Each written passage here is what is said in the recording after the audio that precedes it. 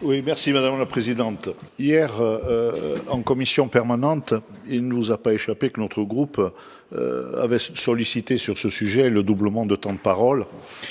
C'était simplement pour préciser que ce rapport, qui prévoit l'augmentation de 3 taxes et qui ne sont pas anodines, présentait à nos yeux un intérêt majeur. Il a été rappelé en commission des finances que son effet est indissociable d'une stratégie plus globale qui a été initiée à cette commission des finances et qui permettait justement de dériver sur la structure budgétaire de la collectivité. Alors, lorsque l'on évoque des augmentations, quelles qu'elles soient, c'est toujours délicat, d'où l'intérêt de ne pas nous épargner un travail important sur la section de fonctionnement, et c'est une nécessité, on l'a dit à plusieurs reprises et répété, mais je crois qu'on n'y est pas encore. Alors, sur le rapport en lui-même, si jusqu'à présent l'exécutif avait fait le choix de ne pas moduler ni à la hausse ni à la baisse, comme cela vient d'être dit, les taux coefficients, c'est désormais prévu pour 2025, eu égard au contexte morose et à la raréfaction des ressources. C'est vrai que c'est un contexte national qui est délicat, difficile, et il nous faut, en tant que responsables, bien entendu, en tenir compte. Les propositions qui sont faites auraient les conséquences suivantes. Alors, concernant la première proposition, une augmentation de plus 60% sur les taxes de carte grise qui passeraient de 27 à 43 euros par cheval.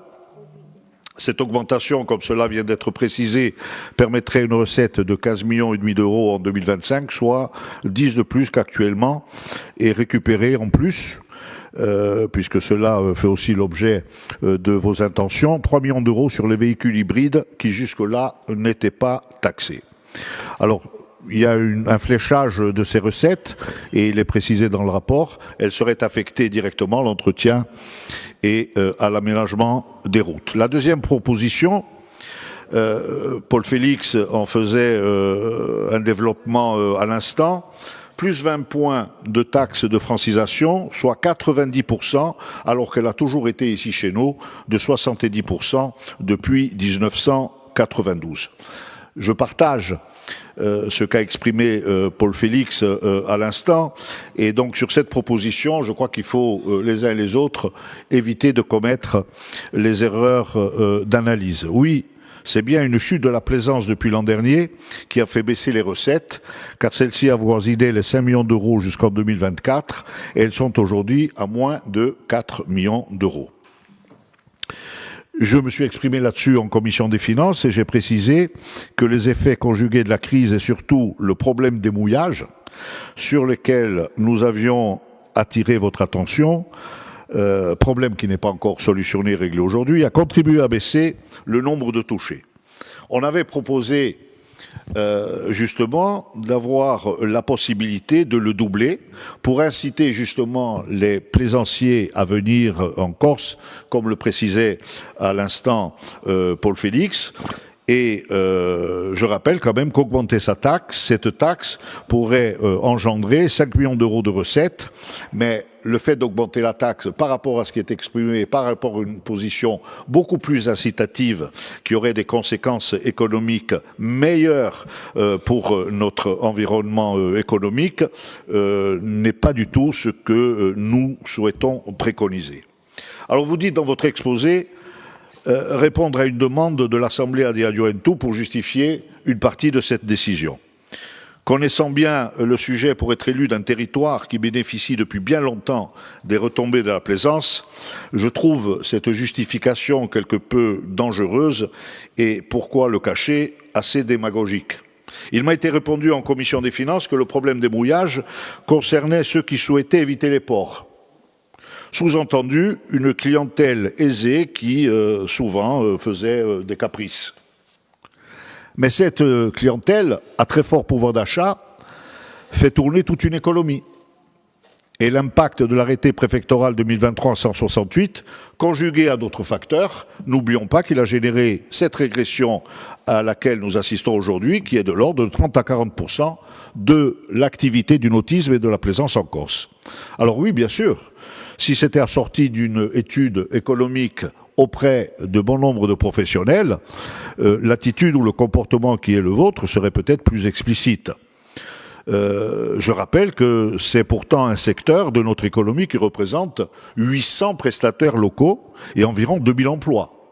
Ce n'est pas rien, et en négliger les effets serait une attitude totalement irresponsable.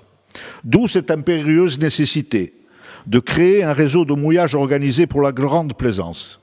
Je vous avais à l'époque interpellé sur le sujet, et hélas, à ce jour, alors qu'il aurait eu l'avantage de mettre les acteurs publics, privés autour d'une table et de permettre ainsi aux professionnels d'être entendus et d'aboutir à des mesures opérationnelles, vous n'avez pas cru bon de souscrire à la demande qui avait été formulée.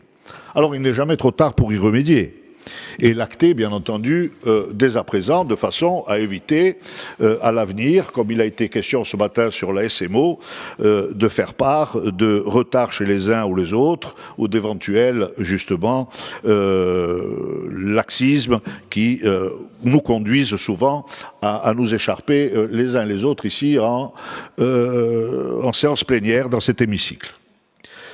Mais je veux quand même saluer l'initiative du parc marin de la Griate, où des zones de sable ont été aménagées et identifiées afin de pouvoir y mouiller des navires de grande plaisance, à l'intérieur de tracés d'interdiction de mouillage des navires de plus de 24 mètres.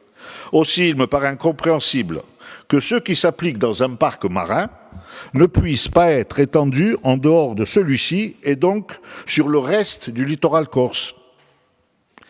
Il y a également des démarches communales qui vise à ne pas perdre cette clientèle.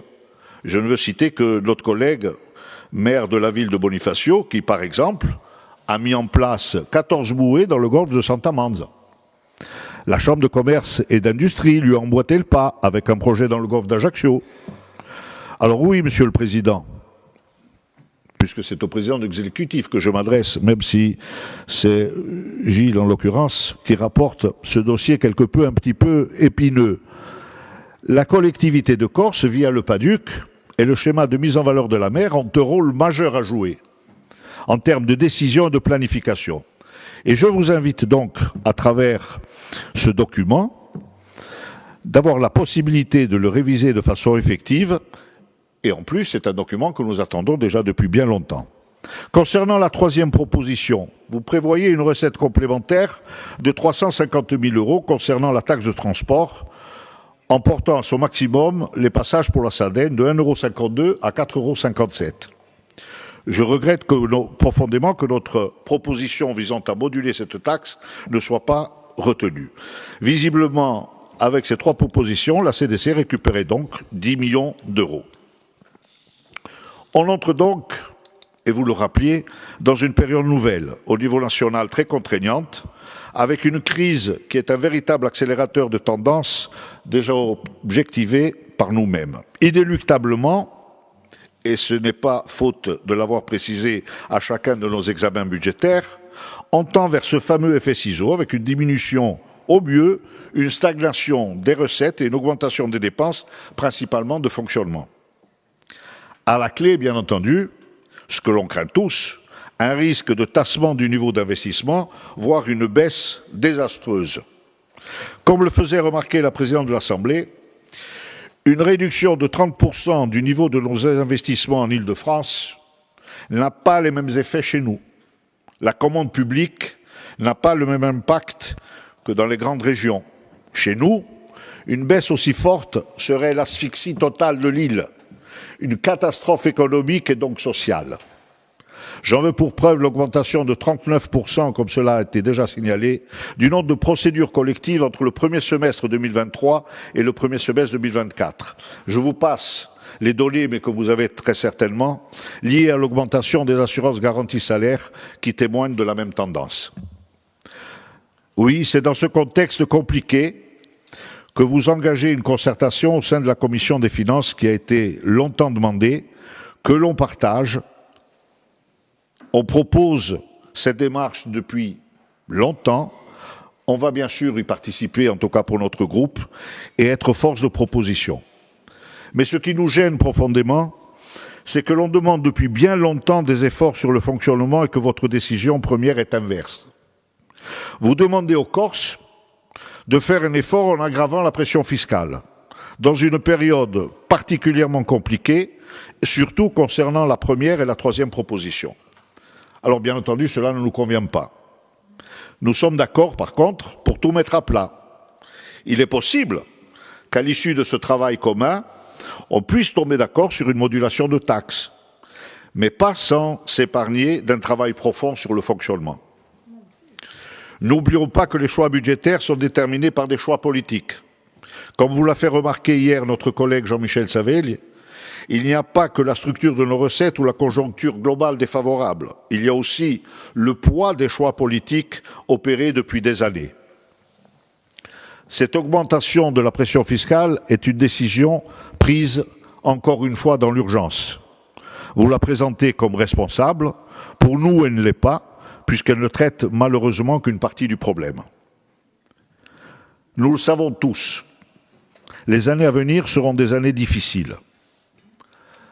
Alors on le répète souvent, mais je crois qu'il faut cesser les uns les autres d'être des responsables de partis politiques avec pour seul objectif faire plaisir à nos chapelles respectives, à nos soutiens respectifs. Alors ensemble, balayons les erreurs qui ont pu être commises, car il n'y a pas que l'héritage du passé, il y a aussi des errements récents. Cessons les caricatures habituelles dans cet hémicycle. Faisons preuve de responsabilité et travaillons pour l'intérêt de la Corse. Vous l'avez compris, notre groupe votera contre ce projet. Je vous remercie.